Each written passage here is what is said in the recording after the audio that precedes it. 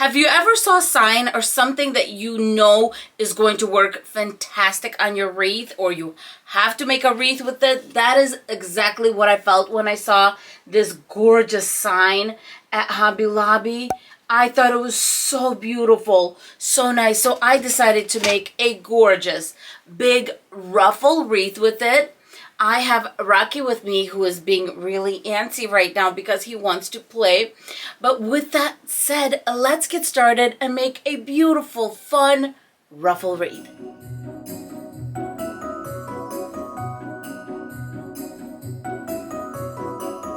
Here are the supplies we are going to use for this wreath, starting with this stunning star, side to side or corner to corner. It's 12.5 inches. It's a star.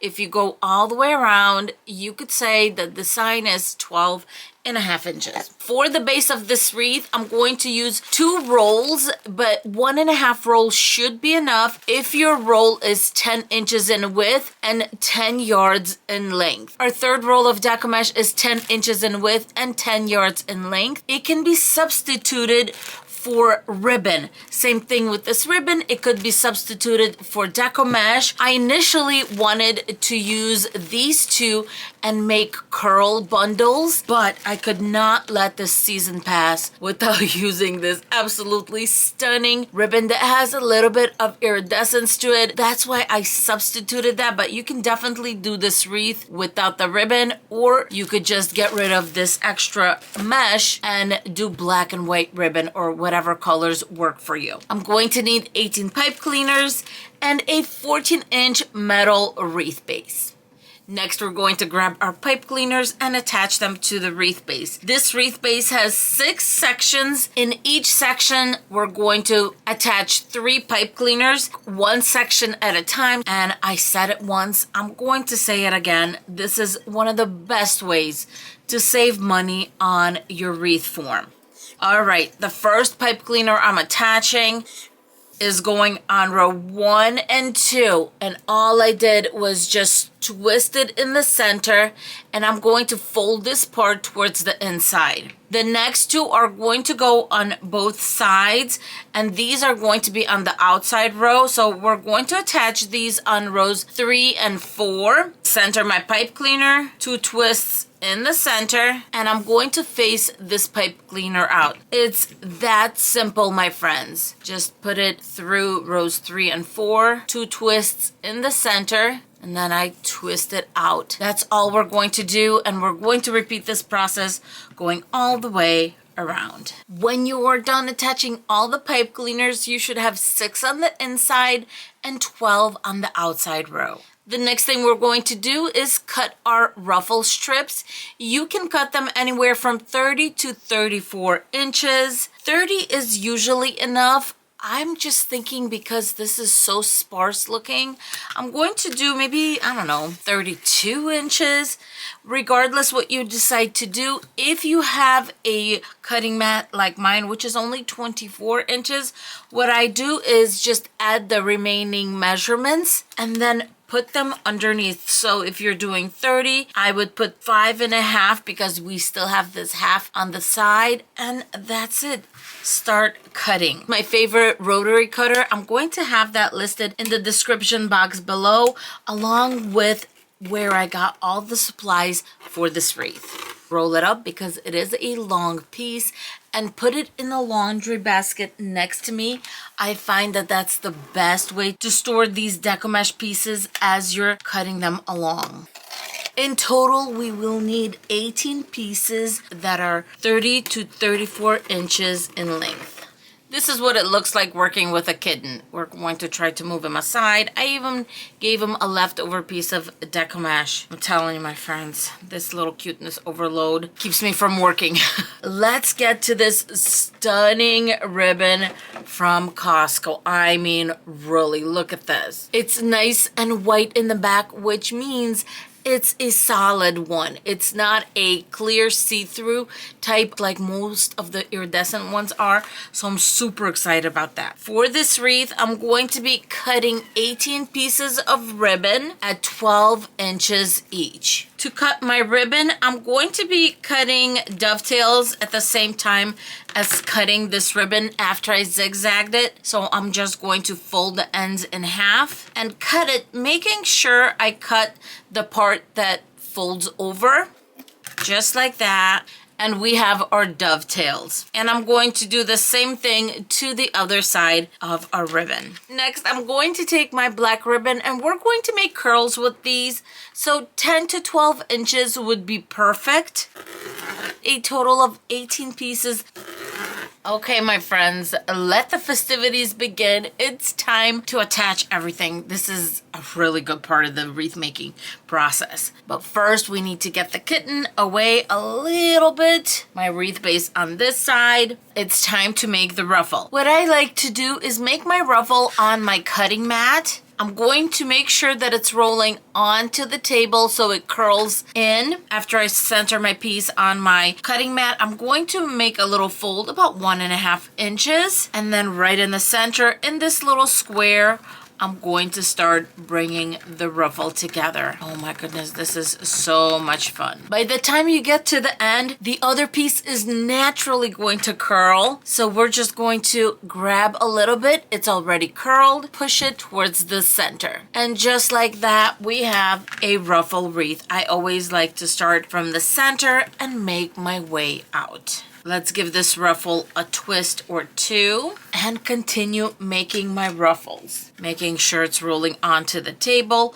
center it, fold it in, and off we go. Take the ending, wiggle it in. We have our gorgeous ruffle. Let's attach. 2 tight twists. How beautiful is this? Now I'm attaching to the outer row and this is going to get filled in so beautifully. The ruffles are all on and this wreath just keeps on getting prettier. I love it. Next, I'm going to grab the little pieces of the black deco mesh that we cut up and I'm going to start curling it. When I'm done curling it, I'm going to find the center. Next, we're going to grab the ribbon, and to find the center of the ribbon, I'm just going to put it on my cutting mat and grab it in the center. I usually like to crisscross so it's going on nicely. Oh my goodness, excuse us. And all I'm doing at this point is attaching. After I attach my little curl bundle, I'm going to just twist my pipe cleaner up, cut it about 1 inch from the connection, fold it in half, and fold it behind either the ribbon or the curl. We have our first little bundle. And that's it, my friends. That's all we have to do for this next part. Grab our curl, find the center of the curl, grab your gorgeous, gorgeous ribbon, find the center there, crisscross it, and attach it on the next pipe cleaner you see. I'm going to be doing this, going all the way around. And of course, I'm going to do this to all of the remaining pipe cleaners. After I've attached, I'm going to cut off the excess, fold back and behind, so we hide that part, and that's it. I'm done attaching all of the deco mesh and the ribbon. This is so beautiful. So now I'm going to make room for the centerpiece for that star of ours. Going to get that ribbon out of the way because I want to make sure all of the gorgeous ribbon stands out. Here is how the star is going to look, and I'm glad we added the black because we have black here, but I wanted white to come through because this is a Christmas wreath and we have white lettering, so that's why I brought the ribbon in. For now, what we're going to do is try to figure out how we're going to attach this star. To attach the star, I knew I had to get creative. I'm going to be using 3 pipe cleaners and 3 pieces of felt. You can use any scraps or anything you have left over. The felt pieces are 1 inch by 2 in length. And what I'm going to do this time that I don't usually do is I'm going to keep this jute cord. Got that in the center. I'm going to remove these beads. And the reason I kept them is because if I can somehow tie them to the wreath base to kind of hold up the star, I'm going to use them. If not, I can definitely cut these off. The pipe cleaners are going to go on top and then the bottom 2 points of the star. The finish of the star is really nice, so I'm going to sand it down just a little bit where I'm going to actually hot glue it. You can see right there where I have that rough edge. We really do want that because I want to make sure that the sign is attached really, really well, especially at the top. I think that's good enough for my hot glue to attach. And of course, I'm going to do the same thing at the bottom 2 corners. To attach my pipe cleaners, I'm going to fold them in half, but I'm going to make a little flat surface right here so we can attach our felt pieces. And I'm going to try to do it without Rocky. I think, Rocky, you need to move over. First things first, let's put some hot glue down. Pipe cleaner on top, and then we're going to put some hot glue on top of our pipe cleaner and at the bottom. I'll show you up close in just a second. As you can see, I have this bar of hot glue. Now I'm going to take one of my felt pieces and put it right on top. This is really going to seal that pipe cleaner in. I love using this method. It has yet to fail me in all kinds of weather. Going to do the same thing to the other 2 corners, making sure that my little love bug is nice and safe while I do it. I am ready to attach the star and I cannot be more excited, I'm telling you. This is going to be so beautiful. Let's flip this wreath.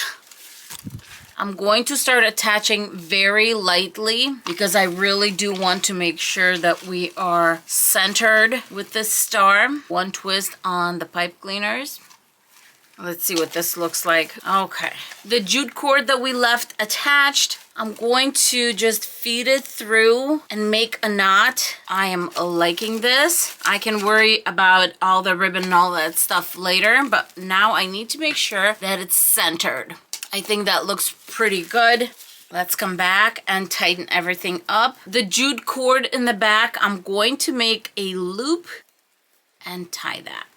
Let's find the top of the star, and that's where we're going to attach our jute cord to hang the wreath. This wreath I'm keeping because I'm so obsessed with it, but if you are gifting it away or selling it, I would maybe consider covering the back with some felt or with a placemat. In the comments below, if you make wreaths, do you cover the back? And if so, what do you use? Maybe you can help us out and give us other ideas besides a placemat, a steering wheel cover like I love using often. Let us know in the comments below. Pull this through the front. We have a hanging loop, and now we're going to go to the front and start opening things up, making sure that the deco mesh and the ribbon is where we want it to be. I don't want any of the wording covered, so things like this little curl is going to get readjusted so it doesn't interfere with the sign. The wreath is all done, and if you like modern colors, golds, blacks, and whites, this sign may be a great idea to use to make a festive but at the same time modern looking wreath.